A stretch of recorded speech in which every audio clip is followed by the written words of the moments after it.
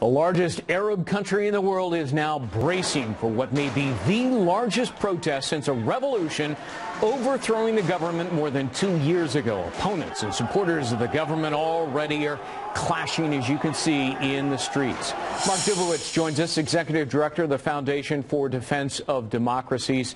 Thanks for being with us, Mark. You know, since the Muslim Brotherhood took the helm, conditions have just cratered. Unemployment has ballooned 8% to 13%, GDP flatline, currency values have wilted. You've got rolling blackouts, long lines at the gasoline stations. The economy utterly mismanaged. I mean, is this, Mark, the typical story? You know, a political group seizes power, but they have no clue how to govern.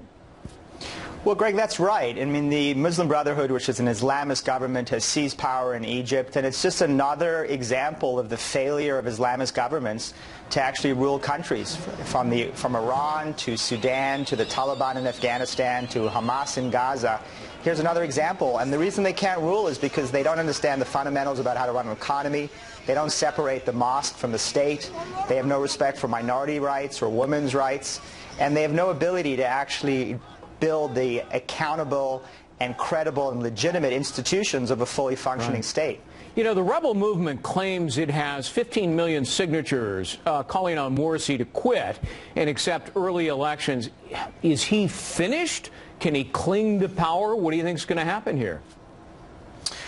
He can cling to power, and I think he's going to. And he still has another 3 years left in his mandate. He's in an unholy alliance with the Egyptian military. I think as long as the Egyptian military wants to keep him in power, he'll stay in power.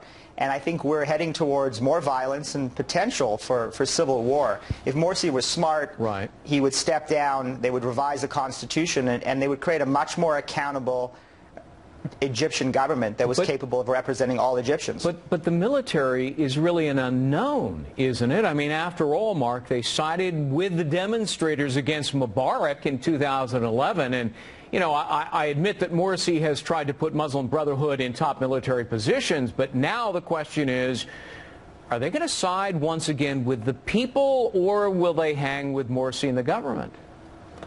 Well, they're going to protect their own interests, Greg. You know, the military is part of the problem in Egypt. It's not part of the solution. It is an Egyptian military that is corrupt. It has its fingers in the Egyptian economic pie, and they'll go whichever way the wind blows that'll protect their interests. What they don't do is represent those anti-Islamists in Egypt who want accountable democratic government. And so until the military actually gets out of the way and starts acting as a professional military and not as an economic and political juggernaut, I don't see much promise for this Egypt. You know, Christian factions are now mobilizing as part of the protests. What about non-Muslim groups, you know, the Christian groups especially, that have been repressed, they've been marginalized, they've been punished by the Muslim Brotherhood? Could they now play a role in shaping Egypt's future? They certainly can play a role, and as you said, the Coptic Christians have been a target of the Islamists for a number of years. You've seen churches burnt and Coptic Christians killed. They are a huge minority in Egypt. They're very adept business people. They're very well educated.